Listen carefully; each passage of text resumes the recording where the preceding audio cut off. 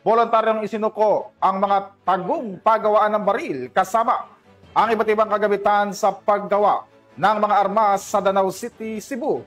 Patrolwoman Judith Nicanor, ibalita mo.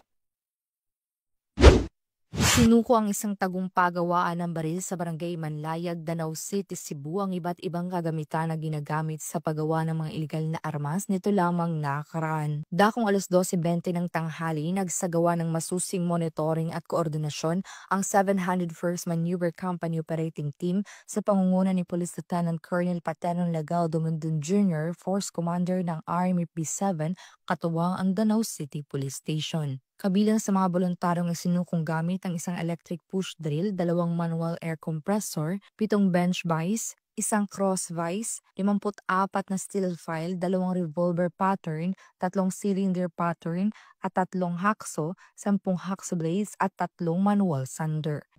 Good day everyone.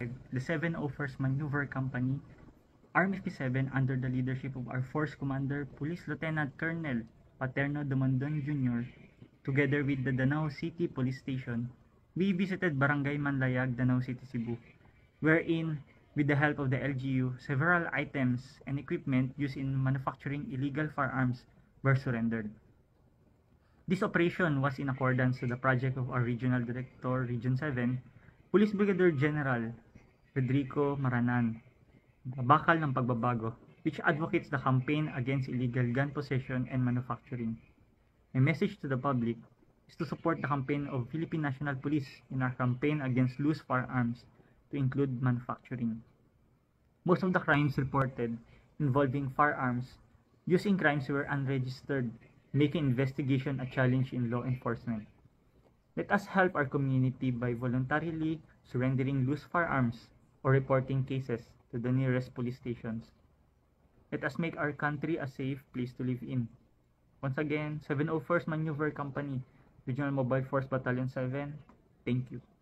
Ang mga nasamsam na kagamitan ay formal na itinurn-over sa mga operatiba para sa wastong dokumentasyon at disposisyon. Patuloy na mga pinatutupad ang mas pinigting na operasyon at community engagement bilang bahagi ng 7-point agenda ni Acting Chief PNP Police Lieutenant General Jose Melencio Nartates Jr. upang tuluyang masugpo ang ilegal na produksyon ng baril at mapanatili ang seguridad ng publiko. Mula dito sa Central Visayas, ako ang Police News Network Correspondent, Patrolwoman Judith Nicanor, alagad ng batas, tagataguyod ng Balitang Pulis.